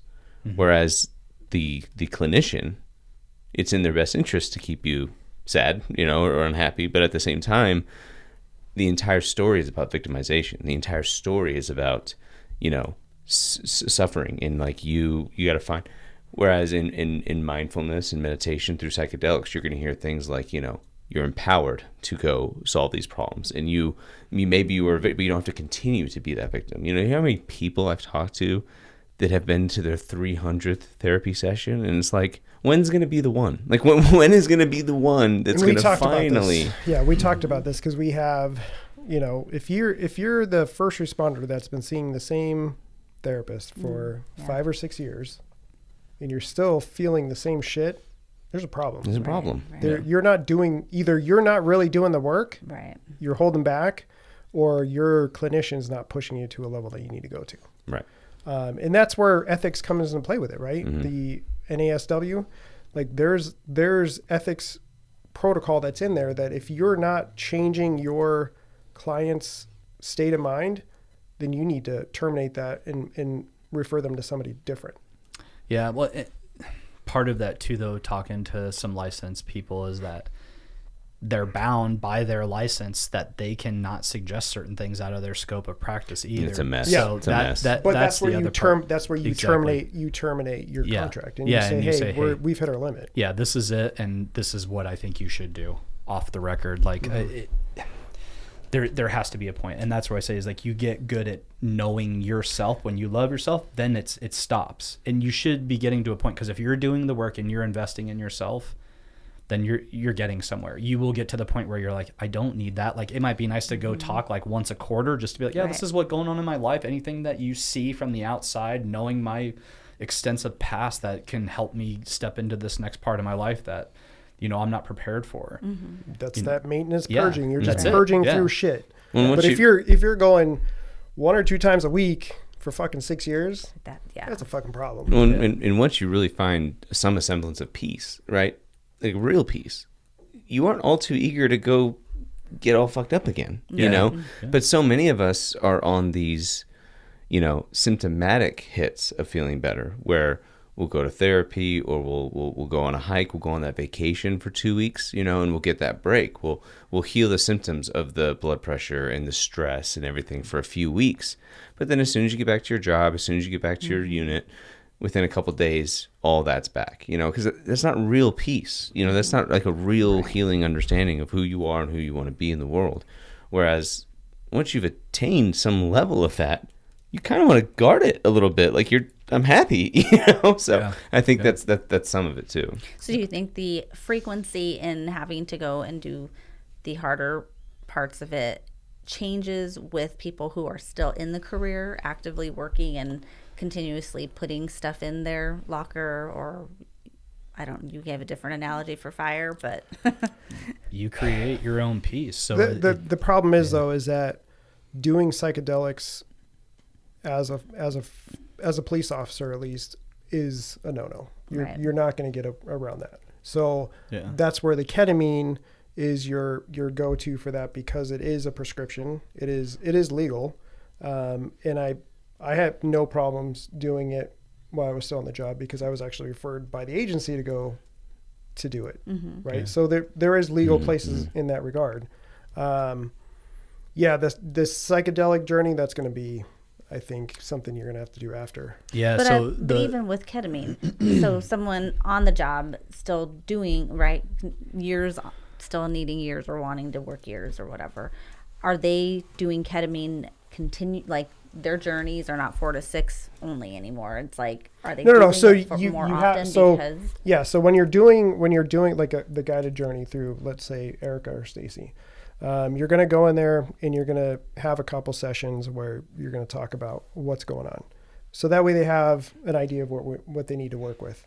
They're going to do brain mapping for you. They're going to do some other things to get you prepared for the actual journey.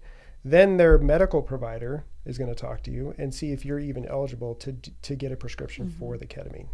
If you are, then you can push forward to do the guided journey.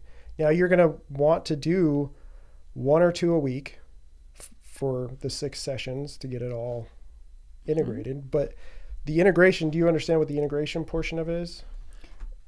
Is that where she talked about like being in the room with you and talking? So after you actually do the dose of the ketamine, you're with them for the couple hours. The following day, you're going to do an actual session with them. And that's the actual integration. So that's talking about what happened inside of it, what happened with maybe your dreams, how you feel, what are some things that you experienced today? Because what the ketamine is doing, it's opening your brain, right? And that's where he's talking about you're taking all the books that you don't need anymore, you're getting rid of it. The integration's actually getting rid of that stuff and putting new good stuff in there. Okay. But you only have a window of time where your brain is open to do that.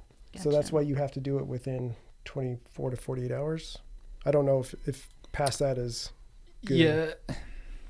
Yeah. We normally are like 48 to 72 hours. You do the integration work. You'll do like we do a follow-up coaching. Yeah. So, Somewhere in there, just because sometimes it takes a whole day to just process, Mm-hmm. like try to remember what has happened. So then my question is, for the people who are then going back to shift the next day and the next day, does that change, I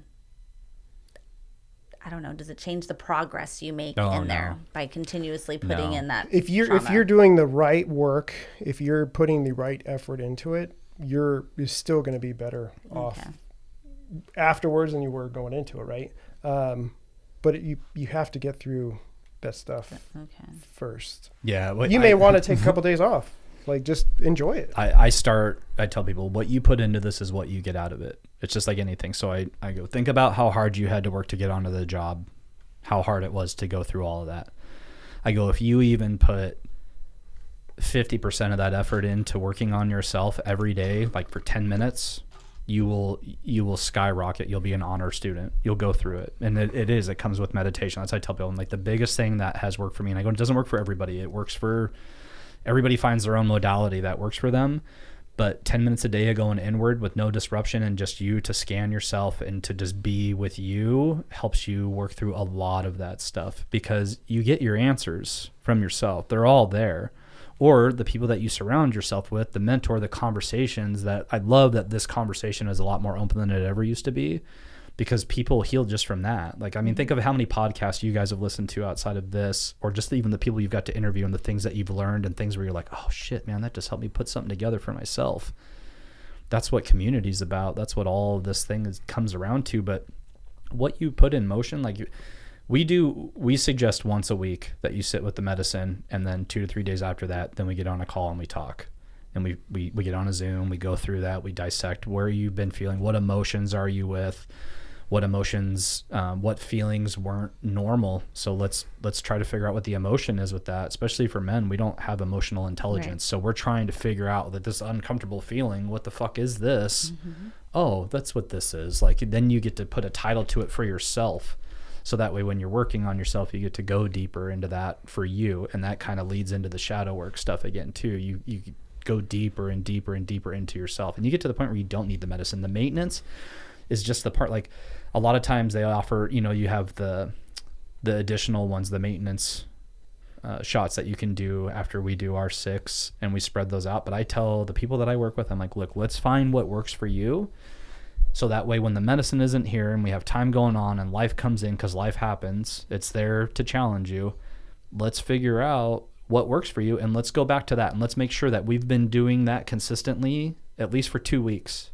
And if things aren't getting better, then let's have a conversation and see if you need a maintenance. Maybe something big happened that you can't recall, or you feel something coming on for you. Yeah. So is that the same then for like current firefighters, current police officers who are putting in that work, and they're but then they're going back to work, mm-hmm. and they're adding, and I think what your question is, I feel like everybody's dancing around the answer a little bit, but like I feel like your question is about like relapse in some way, right? Like if a drug addict was to somehow relapse to their drug. Like, okay, if we're off the job now, right? So we're not constantly going call to call to call, trauma to trauma to trauma.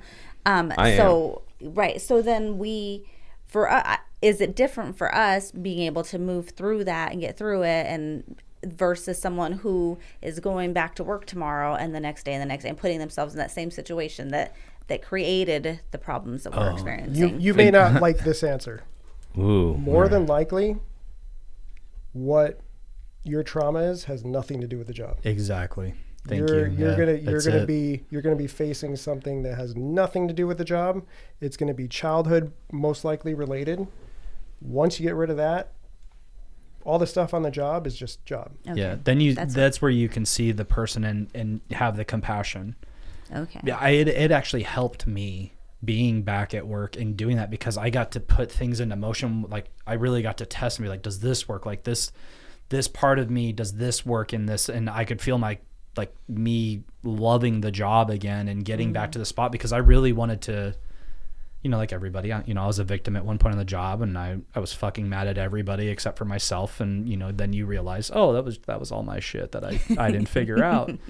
But I wanted to find happiness on the way out because I had done so much on the job, and it actually helped me find more happiness on the way out because I had so many things to integrate. You have now you have these things that you get to put out into real life that you haven't been doing, and you get to test with the best subjects ever, people that are in their worst time, and you get to go, oh, well, like, how did they feel after my interaction with them, and how do I feel? Am I carrying it, or am I doing a good job of learning how to let this shit roll off and accept that it is what it is in this moment, and I've done my part.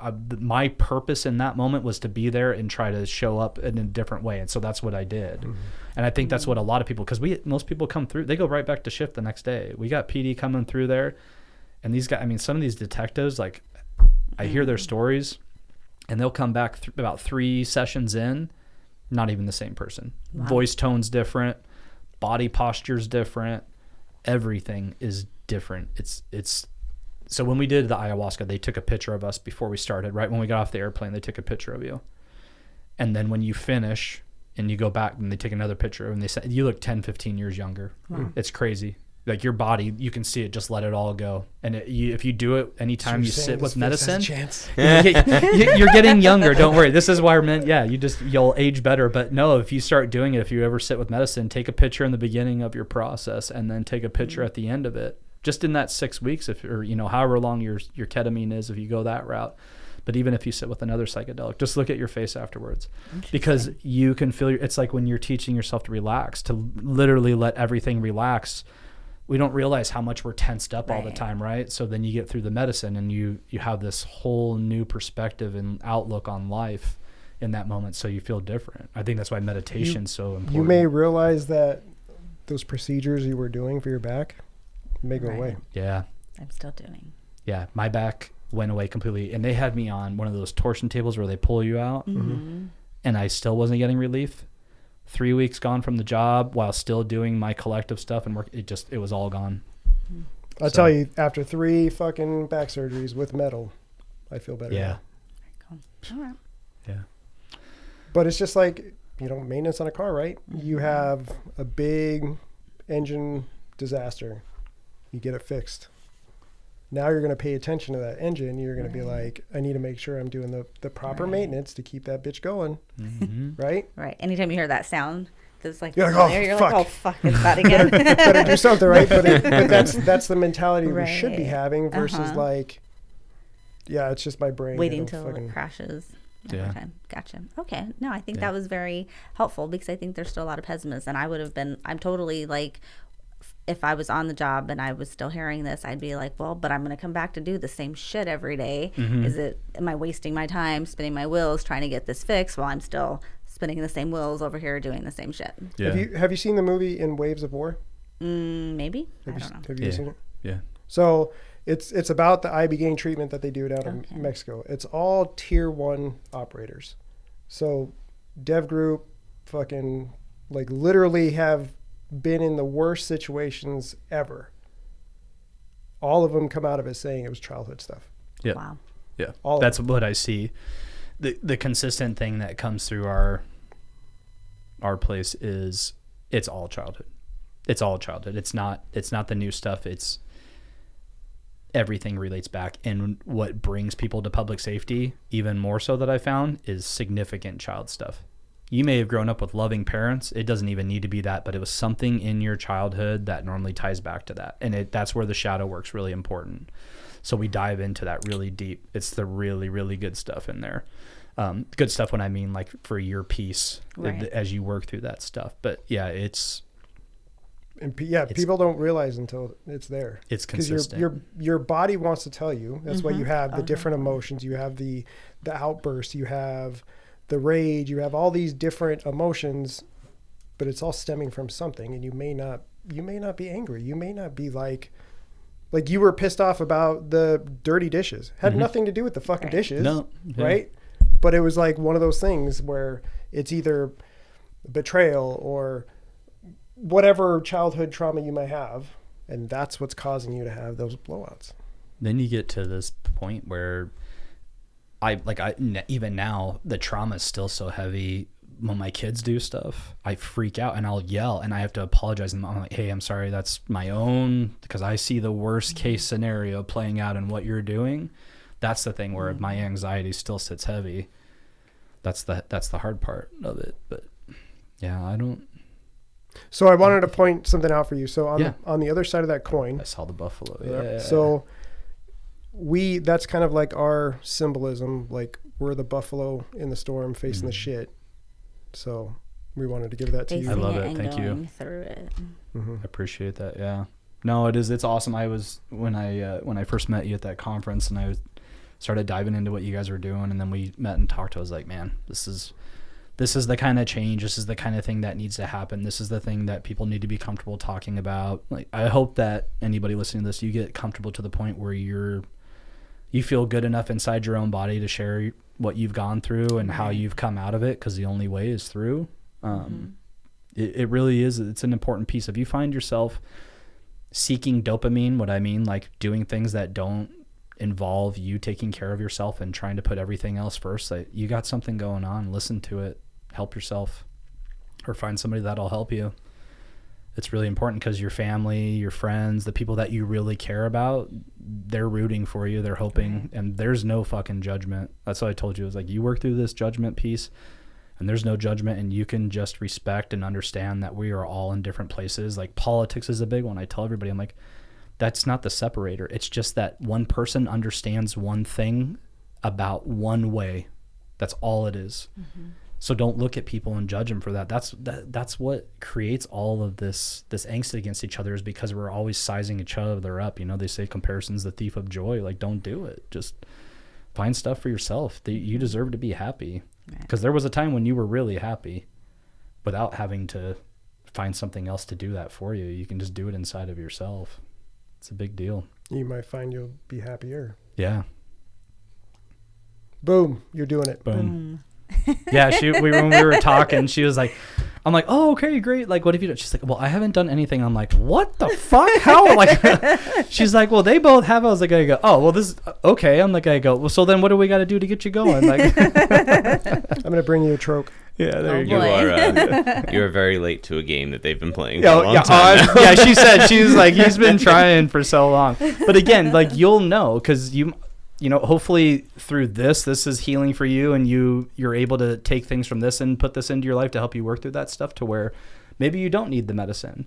But if you have fears and anxiety about things that you know are silly, then maybe, and what you're doing isn't working for you, then maybe that's your cue to, like, hey, only thing you're gonna do is you're gonna come out of it with something that you had never experienced before, and the experience is not scary. It really is not. Like, everybody, once they do it, when they come in, the ones that are scared, after the first time, I go, you're gonna be thanking me when you leave here, and they're like, that was fucking amazing. I'm like, yeah. And I was like, I go, you know where you were? I go, you were just inside of you. That's the difference. You're not gonna die. Yeah, you're not. Well, and you just get in that spot. But when I had the ego death, like, everybody's gonna sit. You with just that. said I wasn't gonna die. Yeah, the ego is different. I like my illusions. Ego, yeah. The resistance of things is your ego being afraid of something. Just so you know, like, fear, that is your ego being afraid of something. That is what that is. And you'll feel it. Yeah. Because you'll be like, oh, okay, I'm there. Yeah. And then I don't know how to explain it. You get to this point inside, and it's like, you tell yourself, you're like, okay, all right, go ahead. I'm good. I'll die right here in this moment. And it dissolves. And then all of a sudden, when you come out with any psychedelic, you come out, and there's this, even if it was a really hard one, by the next day, you're like, man, I feel so much lighter. Yeah. It is freeing. All that to say, Veronica, when you're ready, we're all here for you. We're here for you. Yeah. And on the next episode, we'll talk about crack. Yeah. All right, dude, I really appreciate you coming out. It's thank crazy how a lot of our stories are very similar. Like, it's fucking It is weird. wild. She told me, she's like, I know. Yes, I told him, yeah. I was like, you and Patrick are gonna have so much in common. Yeah. yeah, so it's wild. Except for I was a cop and Yeah. Right. Yeah. I also said there might be a little rift. No. I I can share. He struggles sharing. I can share. As long as I'm your number one. Yeah. I just need not with those headphones, the shocks or whatever you got. Damn it. But no, I do appreciate you coming out. I think it's great. We'll have to do a little bit more, because I have a person that I want to have on to talk about Bufo Yeah. and just that next level of, like, that spiritual release. Yeah, Bufo it was beautiful. I So did it rad. at the end of my 5-MeO. I did rounds with 5-MeO DMT. IM with 5-MeO DMT that's the way I prefer it because it's uninterrupted. It's about 40 to 45 minutes long. But then I finished with Bufo on another journey. I did like a 3-weekend program. It was just 4 hours for one day on the weekend, but we finished with Bufo, and it was really beautiful because it was like an exploration of inside yourself to see to see if there was anything hidden in like a void. And it wasn't. It was just like, hey, you're good. You're clean. You're clean from here. It's weird. Yeah, it is. No, that's the one that I like. As soon as I can, I'm giving it a try. It's funny because you'll sit there and you're like, well, is it? Next time when we have Yeah. the And Bufo it's guy just like, in, I'll just do it next to you guys where you guys are talking, and I'll just tell you what my experience is. It goes right. That'd be Well, and you'll awesome. appreciate We'll do a Josh sandwich. I would totally. Okay, so right now. you'll appreciate it because it is instant meditation. It connects you to yourself everywhere. I feel like so there was a time before mindfulness and meditation when I would do psychedelics. And then there was a time once I had the tools of mindfulness. And I feel like now that I have the tools of mindfulness, psychedelics don't take me on the rocket ship quite as much, Yeah. if that makes sense. Mm-hmm. I can notice the experience is changing and not become the experience, and Yeah. just kind of notice it as well, like any other appearance in consciousness, no matter what it is. So I'd be interested to go on something as heavy as 5-MeO. That'd be cool. Yeah. Cool, man. Yeah. Cool. All right. Thank you guys. Thank We'll you. see you on the next one. Cool.